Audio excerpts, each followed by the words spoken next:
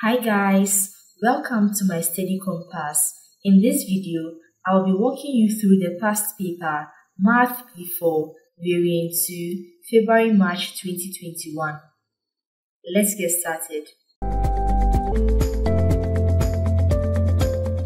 These are the rates charged by a painter, a plumber and an electrician who do some work for Mr. Sharma. The painter works for 7 hours. Calculate the amount Mr. Sharma pays the painter. We've been told that the painter charges $35 per hour. And so if the painter works for 7 hours, then the total amount Mr. Sharma pays the painter will be $35 times 7. And this gives us $245. Mr. Sharma pays the plumber $252. Calculate how many hours the plumber works. The plumber takes a fixed charge of $40 plus $26.50 per hour. And so if Mr. Sharma pays the plumber $252, that will be equal to $40 plus $26.50 times the number of hours the plumber works, which we'll represent as x. When we simplify this, we get 26.50x is equal to 252 minus 40. 252 minus 40 is equal to 212. And so when we make x the subject, we get 212 divided by 26.50, which gives us a final answer of 8.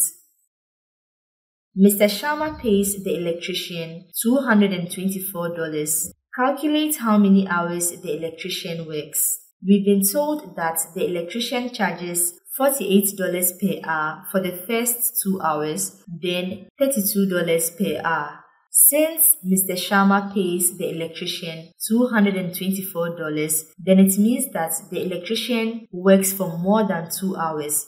And so the total number of hours the electrician works will be 2 hours plus the remaining hours, which we are going to represent with x. To find the value of x, we know that the $224 that Mr. Sharma pays to the electrician is equal to 48 times 2 plus 32 times x. When we simplify this equation, we get 32x is equal to 128. And when we make x the subject, we get 128 divided by 32, which gives us x is equal to 4. And so from this, we can say that the total number of hours the electrician works is equal to 2 plus 4, which is 6. Write down the ratio of the amount Mr. Sharma pays to the painter, the plumber, and the electrician. Give your answer in its lowest terms. So for the ratio, we have 245 is to 252 is to 224. When we simplify this, we get 35 is to 36 is to 32. You can arrive at this answer using trial and error, or you can find the highest common factor of these three numbers, which is 7, and use that to simplify the ratio. Describe fully the single transformation that maps triangle A onto triangle B. When we look at both triangles A and B, we can straight away tell that triangle A has been rotated 90 degrees anti-clockwise to get triangle B. The next thing is to find the center of rotation. And to be able to find this, we need to connect at least 2 corresponding points on both triangles A and B. Then we need to draw the perpendicular bisectors of these lines. The intersection point of the perpendicular bisectors is the center of rotation. And when we do this, we get the center as -3, 2. And so the full description for the transformation will be rotation 90 degrees anti-clockwise about the center, -3, 2. Describe fully the single transformation that maps triangle A onto triangle C. When we look at both triangles A and C, we can straight away tell that this is an enlargement by a scale factor of -1/2. We have a negative scale factor because triangle C has been flipped. The next thing is to find the center of enlargement. We can find this by connecting at least two corresponding points on both triangles A and C. The point of intersection of these lines will be the center of enlargement. When we do this, we get the center as -2, -1. And so the full description will be enlargement by a scale factor of -1/2 about the center -2, -1. Draw the image of triangle A after a translation by the vector -5, -10. To draw the translated image of triangle A, we need to move each point on triangle A 5 times to the right and 10 times downwards. After doing this, we are able to map out the new translated image of triangle A. Draw the image of triangle A after a reflection in the line y is equal to 4. So first, we need to draw the line y is equal to 4. Since we move point C 1 unit downwards to touch the line of reflection, we need to move 1 point downward from the line of reflection to find the new position of point C. For point B as well, since we move 1 unit downwards to the line of reflection, we also need to move 1 unit downwards to pin the new position of point B. For point A, since we move 9 units downwards to touch the line of reflection, we also need to move 9 units downwards to pin the new position of point A. After we do this, we are able to map out the reflected image of triangle A in the line y is equal to 4. The diagram shows two straight lines intersecting two parallel lines. Find the values of A, B, and C. By applying the fact that vertically opposite angles are equal, we can say that A is equal to 126 degrees. Interior angles add up to 180 degrees. And so if we subtract 126 degrees from 180 degrees, we are able to find the value of the angle which we have labeled as alpha to be 54 degrees. The angle alpha is vertically opposite to angle B. This means that B is also equal to 54 degrees. Angle C and 63 degrees are interior angles, and so if we subtract 63 degrees from 180 degrees, we are able to get the value of C as 117 degrees. Points R and S lie on a circle with diameter PQ. RQ is parallel to PS. Angle RPQ is equal to 58 degrees. Find the value of X, giving a geometrical reason for each stage of your working. The angle subtended by a diameter on the circumference of a circle is 90 degrees, and so angle PRQ is equal to 90 degrees. Angles in a triangle add up to 180 degrees. And so when we subtract the sum of 90 degrees and 58 degrees from 180 degrees, we are able to get angle PQR as 32 degrees. Angle PQR and QPS are alternate angles. Since alternate angles are equal, if angle PQR is equal to 32 degrees, then it means that angle QPS, which is X, is also equal to 32 degrees. Points A, B, and C lie on a circle center O. Angle AOC is equal to 142 degrees. Find the value of Y. When we take a look at the diagram, we have 3 points of the quadrilateral on the circumference of the circle, and the 4th point is at the center of the circle. So for this case, if angle ABC is equal to Y degrees, then it means that this angle right here is equal to 2 times Y degrees. Angles formed around a point equal 360 degrees.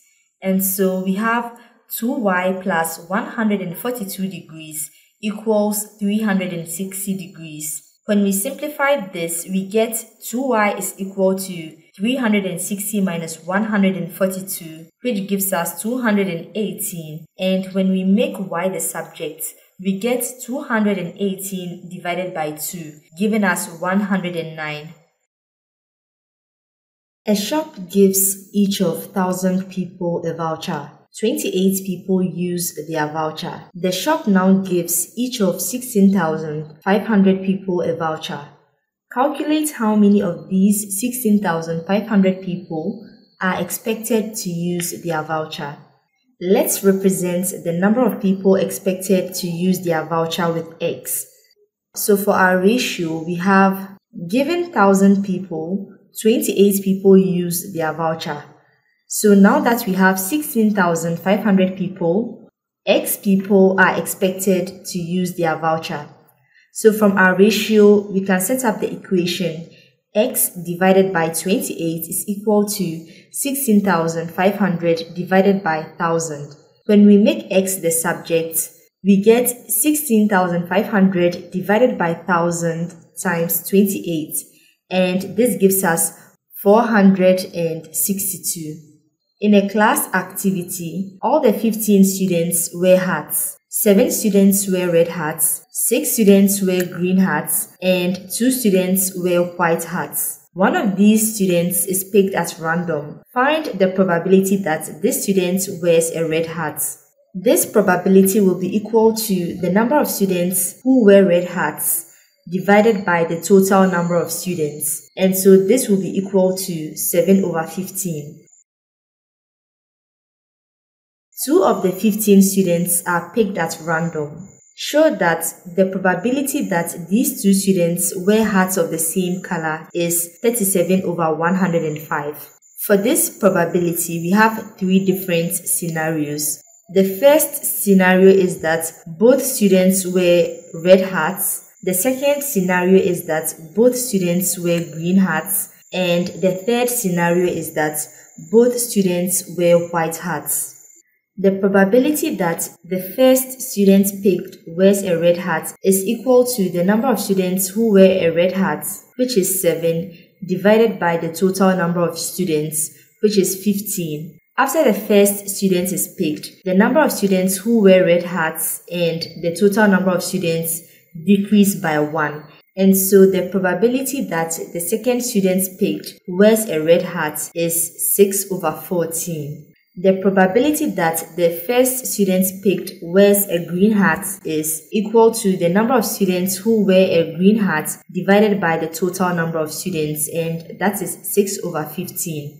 After the first student is picked, the probability that the second student picked wears a green hat is equal to 5/14. The probability that the first student picked wears a white hat is equal to 2/14.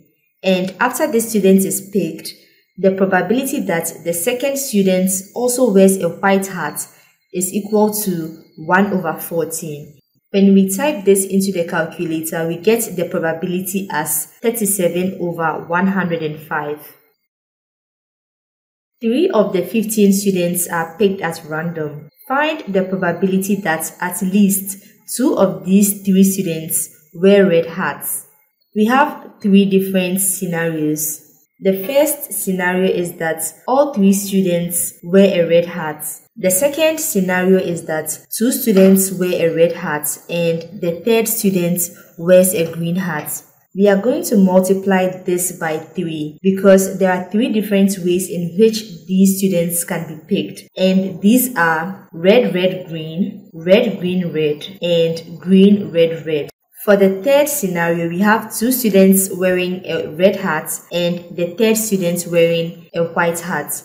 And so for this as well, we are going to multiply by 3 because there are 3 different ways in which these students can be picked. And these are red, red, white, red, white, red, and white, red, red. The probability that the first student picked wears a red hat is equal to 7/15. The probability that the second student picked wears a red hat is equal to 6/14. The probability that the third student wears a red hat is equal to 5/13. The probability that the third student wears a green hat is equal to 6/13. The probability that the third student wears a white hat is equal to 2/13. And so when we type this into the calculator, we get 29/65. Calculate angle ADB. And so when we look at triangle ADB, we've been given the length of all the sides of the triangle. And so the easiest way to find angle ADB is by applying cosine rule. And when we apply cosine rule to triangle ADB, we have 4.4 squared equals 8.6 squared plus 9.7 squared minus 2 times 8.6 times 9.7 times cosine of angle ADB. When we make angle ADB the subject, we get the cosine inverse of 4.4 squared minus the sum of 8.6 squared and 9.7 squared divided by minus 2 times 8.6 times 9.7. When we type this into the calculator, we get the value of angle ADB as 27.0 degrees, correct to 1 decimal place. Calculate DC. When we look at triangle BCD, we can easily find angle BCD by subtracting the sum of 65 degrees and 42 degrees from 180 degrees. And so this gives us 73 degrees. So now that we have found this angle, we can apply the sine rule to find the length of DC. And so by applying the sine rule, this gives us DC divided by sine 65 degrees equals 9.7 divided by sine 73 degrees. When we make DC the subject and type this into the calculator, we get the length of DC as 9.19 centimeters, correct to 3 significant figures. Calculate the shortest distance from C to BD. The shortest distance from C to BD is the length of the line from C that is perpendicular to BD. We've labeled this line as X. We can apply SOHCAHTOA to find the value of X. And so this gives us sine 42 degrees equals X divided by DC. We've already found the length of DC in the previous equation as 9.19 centimeters. When we make X the subject of the equation, we have 9.19 centimeters times sine 42 degrees. We get the value of X as 6.15 centimeters, correct to 3 significant figures. The grid shows the graph of y equals a plus bx squared. The graph passes through the points with coordinates 0, 4, and 1, 1. Find the value of a and the value of b. So we've been given two sets of coordinates on the graph of y equals a plus bx squared. And so we can use these coordinates to find the values of a and b. So when the x coordinate is equal to 0, the y coordinate is equal to 4. And when we substitute this into the equation, we have 4 equals a plus b times 0 squared. B times 0 squared is 0, and so we have the value of a as 4. When the x coordinate is equal to 1, the y coordinate is also equal to 1. And so we have 1 equals 4 plus b times 1 squared. And this simplifies to 1 equals 4 plus b. When we make b the subject, we have b equals -3. Write down the equation of the tangent to the graph at 0, 4. So on the graph, the point 0, 4 is the peak point on the graph, and the tangent at this point will be a horizontal line passing through this point, and the equation of this line is y equals 4. The equation of the tangent to the graph at x equals -1 is y equals 6x plus 7. Find the equation of the tangent to the graph at x equals 1. When we take a look at the graph, we can say that it is symmetrical about the y-axis. And so if the equation of the tangent at x equals -1 is y equals 6x plus 7, then it means that the equation of the tangent at x equals 1 will also be y equals -6x plus 7. So the equation of the tangents will be the same, except for the fact that the slope will be negative at x equals 1. The table shows some values for y equals 1 plus 5 divided by 3 minus x for x is greater than and equal to -2 and less than and equal to 1.5. Complete the table. So using the calculator, when x equals -1, we have the value of y as 2.25. When the value of x is equal to 0, we get y equals 2.67. And when the value of x is equal to 1, we get y equals 3.5. On the grid, draw the graph of y equals 1 plus 5 divided by 3 minus x for x is greater than and equal to -2 and less than and equal to 1.5. On the grid, we'll plot all the points from the table and connect these points using a smooth line. Write down the values of x where the two graphs intersect. So first, let's mark the points of intersection, and when we trace these points to the x-axis, we get the values of x as -0.75 and 0.575.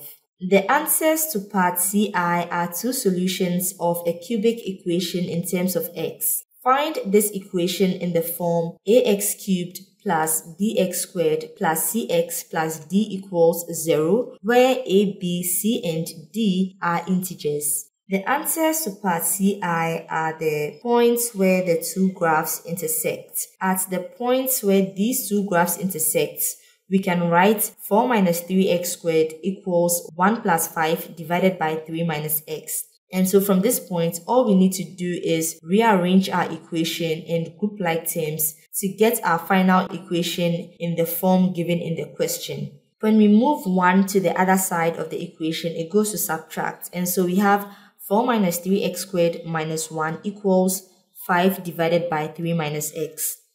4 minus 1 gives us 3. And so we have 3 minus 3x squared equals 5 divided by 3 minus x. 3 minus x is dividing 5 on one side of the equation, and so when we move it to the other side, it goes to multiply 3 minus 3x squared. And so we have 3 minus 3x squared times 3 minus x equals 5.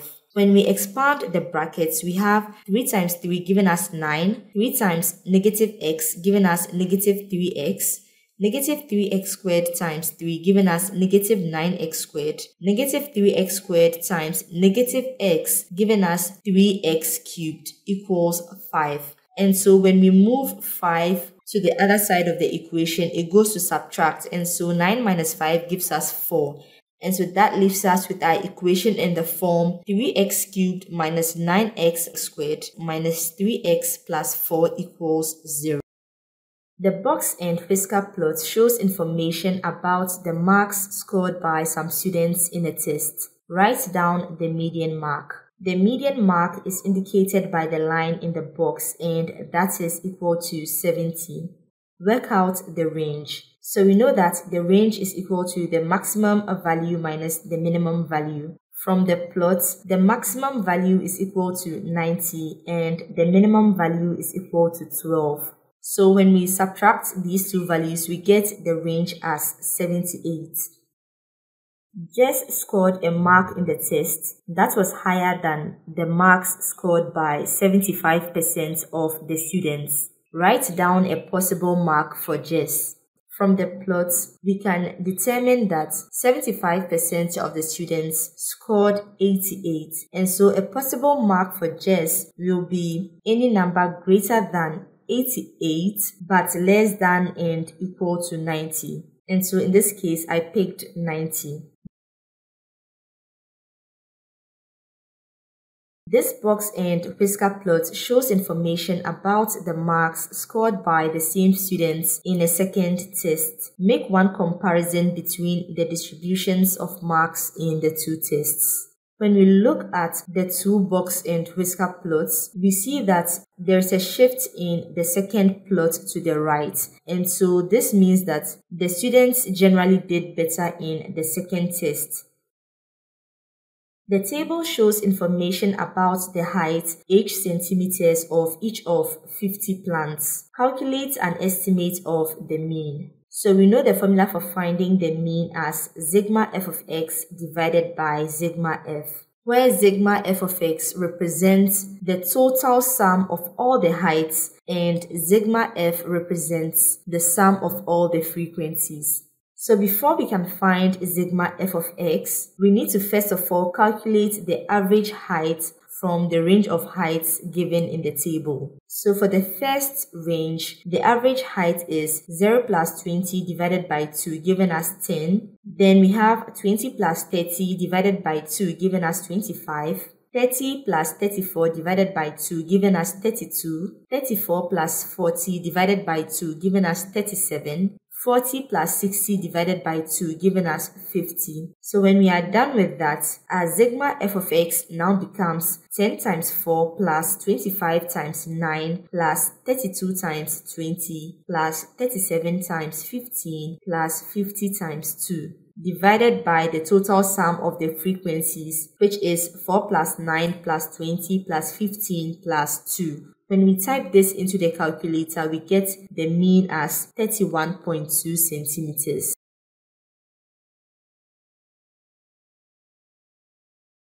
Some apples are weighed and the mass, m grams of each apple is recorded. The table shows the results. The histogram shows some of the information from the table. Work out the value of x. The value of x is the frequency for the range. M is greater than 110 and is less than and equal to 115. And from the histogram, the frequency density for this range is equal to 7.6. Using the formula, frequency is equal to frequency density times interval width, we can find the value of x. So we know that the frequency is the same as x, and we know that the frequency density is equal to 7.6. The interval width here will be 115 minus 110. And so when we type this into the calculator, we get the value of x as 38. Complete the histogram. To complete the histogram, we need to find the frequency density of the remaining two interval widths. So for the first interval range, the frequency density will be equal to the frequency, which is 44, divided by the interval width, which is 125 minus 115. And this gives us a frequency density of 4.4. For the next interval width, the frequency density is equal to the frequency, which is 51, divided by the interval width, which is 140 minus 125. And this gives us a frequency density of 3.4. The diagram shows a sector OXY of a circle with center O and radius 9.5 centimeters. The sector angle is 53 degrees. A lies on OX, B lies on OY, and OA equals OB. Show that the area of the sector is 41.7 centimeters squared, correct to 1 decimal place. So by applying the formula for finding the area of a sector, we have 53 degrees divided by 360 degrees times pi times 9.5 centimeters squared. So when we type this into the calculator, we get 41.7417 centimeters squared. The number after the first decimal position is 4. And since this number is less than 5, we have our final answer as 41.7 centimeters squared, correct to 1 decimal place. The area of triangle OAB is 1/3 of the area of sector OXY. Calculate OA. So first, we know that the area of triangle OAB is equal to half times OA times OB times sine of angle AOB. We've been told that the area of the triangle is 1/3 the area of the sector, and we've also been told that OA is equal to OB. So we now have 1/3 times the area of the sector OXY is equal to half times OA squared times sine of AOB. When we make OA the subject of the equation, we have square root of 2 times the area of the sector divided by 3 times sine of the angle AOB. We know that the area of the sector is 41.7, and we also know angle AOB as 53 degrees. When we slot in these values, we now have the value of OA as 5.90 centimeters, correct to 3 significant figures. The diagram shows a sector OPQ of a circle with center O and radius 24 centimeters. The sector angle is 60 degrees. A cone is made from this sector by joining OP to OQ. Calculate the volume of the cone. The volume V of a cone with radius r and height h is V equals 1/3 pi r squared h. So now all we need to do is find the values of r and h and put them into the formula. So first off, let's find the value of r. We know that the arc PQ has now become the circumference of the base of the cone. And so based on this information, we can find the value of r. So the arc length of PQ is equal to 60 degrees over 360 degrees times 2 pi times the radius of the sector, which is 24 centimeters. And this is equal to 2 pi times the radius of the circumference of the cone. So when we simplify this further, we now get 8 pi is equal to 2 pi times r. When we make r the subject, we have 8 pi divided by 2 pi, and this gives us a final answer of r equals 4. To find the value of h, we can apply the Pythagoras theorem. And so this gives us 24 squared is equal to h squared plus r squared, and we know that r is equal to 4. So when we make h the subject, we get square root of 24 squared minus 4 squared, and this gives us h equals square root of 560. So when we slot in the values of r and h into the formula, we have v equals 1/3 times pi 4 squared times square root of 560 centimeters cubed.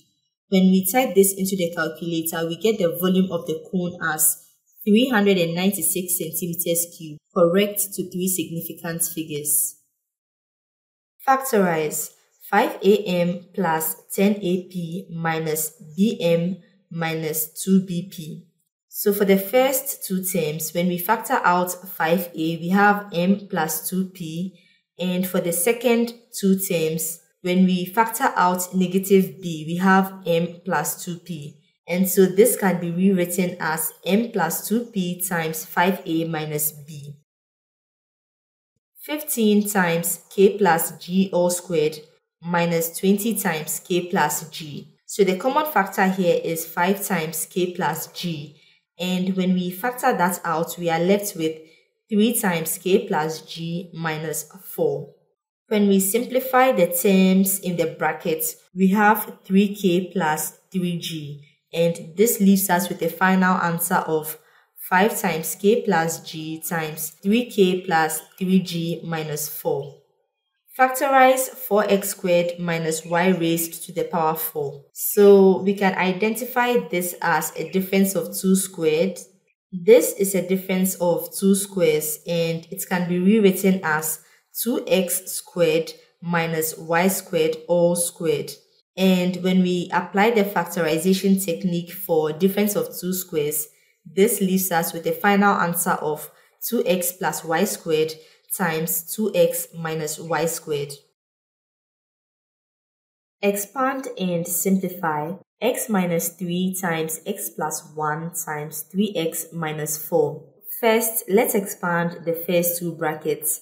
And so x times x gives us x squared, x times 1 gives us x, negative 3 times x gives us negative 3x, and negative 3 times 1 gives us negative 3. X minus 3x gives us negative 2x, and so we now have x squared minus 2x minus 3 times 3x minus 4. So now we can expand these two brackets.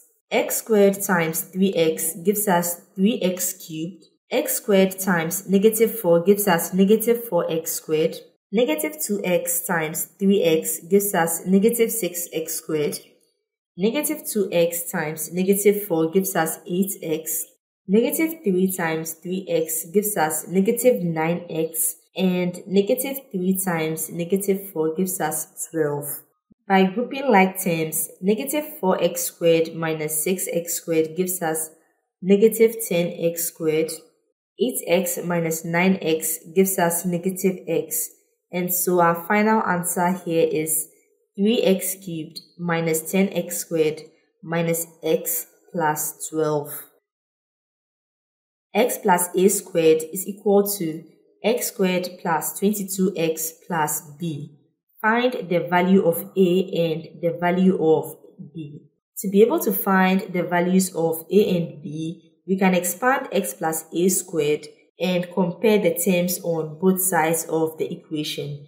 And so when we expand x plus a squared, we have x squared plus 2ax plus a squared equals x squared plus 22x plus b. So we can see that the x squared terms on both sides of the equation are equal. And so this means that 2ax must be equal to 22x. And if that is the case, we have 2a equals 22, and that gives us the value of a as 11. A squared must also be equal to b, and we found the value of a as 11, and so we have b equals 11 squared, and that gives us 121. A box is a cuboid with length 45 centimeters, width 30 centimeters, and height 42 centimeters. The box is completely filled with 90.72 kilograms of sand. Calculate the density of this sand in kilograms per meter cube. Density is equal to mass divided by volume. We've been given the formula for finding the density, and we know that the mass of the sand is 90.72 kilograms. Since the box, which is in the shape of a cuboid, is completely filled with the sand, we can say that the volume of the sand is equal to 45 times 30 times 42 centimeters cubed. Since we want our answer to be in kilograms per meter cubed, we need to convert centimeter cubed into meter cubed. And to do this, we multiply 56,700 by 10 raised to the power negative 6. And so we get the density as 1,600 kilograms per meter cubed. A bag contains 15,000 centimeters cubed of sand. Some of this sand is used to completely fill a hole in the shape of a cylinder. The hole is 30 centimeters deep and has radius 10 centimeters. Calculate the percentage of the sand from the bag that is used. Whenever we are asked to find something as a percentage of the other, the value or the variable after the of becomes the denominator in the percentage equation. In this case, after the of, we have the volume of the sand from the bag, and so that will be our denominator. And so for our percentage equation, we have the volume of sand in the cylinder divided by the volume of sand in the bag times 100%. The volume of sand in the cylinder is pi times 10 squared times 30 centimeters cubed. And we've been given the volume of sand in the bag as 15,000 centimeters cubed. And so when we type this into the calculator, we get our percentage as 62.8%. Sand costs $98.90 per ton. This cost includes a tax of 15%. Calculate the amount of tax paid per ton of sand. Since $98.90 is inclusive of tax, then it means that To find the actual cost of sand, we have 115% times the cost of sand is equal to $98.90, and this gives us the cost of sand as $86. So now that we know the cost of sand, then it means that the tax is equal to 15% of $86, and so that gives us $12.90, correct to 2 decimal places. Raj buys some sand for 3,540 rupees. Calculate the cost in dollars when the exchange rate is $1 equals 70.8 rupees. If we represent this new cost in dollars with X and set up our conversion ratio, we have X is equal to 3540 rupees divided by 70.8 rupees times $1. When we type this into the calculator, we get X is equal to $50. Gaya spends $48 to buy books that cost X dollars each. Write down an expression in terms of X for the number of books Gaya buys. The number of books Gaya buys will be equal to the total amount she spends on the books divided by the unit cost of each book. And so that will be 48 divided by X. Myra spends $60 to buy books that cost X plus $2 each. Gaya buys 4 more books than Myra. Show that X squared plus 5X minus 24 equals 0. So the number of books Gaya buys, which is 48 over X, is equal to the number of books Myra buys, which is 60 over X plus 2 plus 4. So now that we have this equation, we can multiply through by X times X plus 2 to clear out the denominators. When X times X plus 2 multiplies 48 over X, the X's cancel out and we are left with 48 times X plus 2. When X times X plus 2 multiplies 60 over X plus 2, we are left with 60X.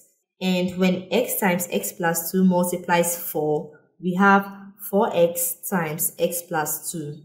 When we expand the brackets, 48 times X gives us 48X, and 48 times 2 gives us 96. On the other side of the equation, when we expand the brackets, 4x times x gives us 4x squared, and 4x times 2 gives us 8x. So when we move all the terms to one side of the equation and group like terms, we are left with 4x squared plus 20x minus 96 equals 0. This equation can further be simplified when we divide through by 4. And so 4x squared divided by 4 gives us x squared. 20x divided by 4 gives us 5x. Negative 96 divided by 4 gives us negative 24. And 0 divided by 4 gives us 0. Solve by factorization.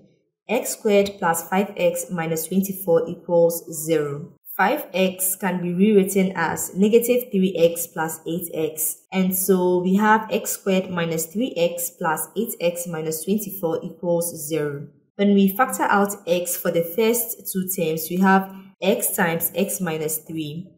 And when we factor out 8 from the final two terms, we have 8 times x minus 3. And so this can be rewritten as x plus 8 times x minus 3 equals 0. So x plus 8 is equal to 0, or x minus 3 is equal to 0. When x plus 8 equals 0, we have x equals negative 8. And when x minus 3 equals 0, we have x equals 3. And so our final answers are x equals negative 8 or x equals 3. Find the number of books Myra buys. In 4b, we mentioned that the number of books Myra buys is equal to 60 divided by x plus 2. In 4c, we have found two possible values for x. When we put negative 8 in the equation for n, we get a negative value, which is not possible. And so this means that n is equal to 60 divided by 3 plus 2, and this gives us n equals 12. Find the gradient of the curve y equals 2x cubed minus 7x plus 4 when x equals negative 2. So whenever we are given the equation of a curve and asked to find its gradient, we need to find dy dx. When we differentiate the curve in this case, we get 6x squared minus 7. And when x is equal to negative 2, we have 6 times negative 2 squared minus 7. And when we type this into the calculator, we get dy dx at x equals negative 2 being equal to 17. A is the point 72 and B is the point negative 58. Calculate the length of AB. So the length of AB will be square root of negative 5 minus 7 all squared plus 8 minus 2 all squared. And when we type this into the calculator, we get 13.4 correct to 3 significant figures. Find the equation of the line that is perpendicular to AB and that passes through the point negative 1, 3. Give your answer in the form y equals mx plus c. So all we need to do is find the values of m and c and put it into our equation. We know that the product of two perpendicular lines is negative 1. And so this means that the slope you want to find times the slope of AB is equal to negative 1. And we can find the slope of AB using y2 minus y1 divided by x2 minus x1. This gives us the slope of AB as 8 minus 2 divided by negative 5 minus 7. And this gives us the slope of AB as negative 0.5. And when we put that into the equation, we have m equals 2. We've been told that this perpendicular line passes through the point negative 1, 3. And so we can slot that into our equation to find the value of c. And that gives us 3 equals 2 times negative 1 plus c. And when we simplify this and make c the subject, we get the value of c as 5. Hence, our final equation for this line is equal to y equals 2x plus 5. AB is one side of the parallelogram ABCD and BC is equal to negative A negative B, where A is greater than 0 and B is greater than 0. The gradient of BC is 1. The length of BC is equal to square root of 8. Find the coordinates of D. So to help us solve this question, let's try to visualize what is happening. AB is one side of the parallelogram and we know the coordinates of A and B. We've been told that to move from B to C, we have to go negative A, negative B. And so this means that the x coordinates for point C will be negative 5 minus A and the y coordinates for point C will be 8 minus B. We've also been told that the gradient of BC is 1. And so that means that negative b divided by negative a is equal to 1. And when we simplify this equation, we get b is equal to a. And finally, we've been told that the length of BC is equal to square root of 8. And so that means that square root of negative a squared plus negative b all squared is equal to square root of 8. When we square both sides, we have a squared plus b squared is equal to 8. And since we found previously that b is equal to a, then it means that a squared plus a squared is equal to 8. And so when we simplify this, we have 2a squared equals 8. And when we divide both sides of the equation by 2, we have a squared equals 4. And finally, we have a equals the positive square root of 4, which is equal to 2. And since a is equal to b, if a is equal to 2, then b is also equal to 2. So now that we found the values of a and b, we can also find the coordinates of c and also the coordinates of d. But in this case, let's go straight away to find the coordinates of d. Since we are dealing with a parallelogram, if we want to get to point D from point A, we also need to move negative A, negative B. And so this means that the coordinates of D will be 7 minus A, 2 minus b. And if a is equal to 2, then we have 7 minus 2 giving us 5. And if b is also equal to 2, we have 2 minus 2 giving us 0. And so the coordinates of point D are 5, 0. Thank you for watching. I hope you found this video useful. See you in the next video. Bye guys.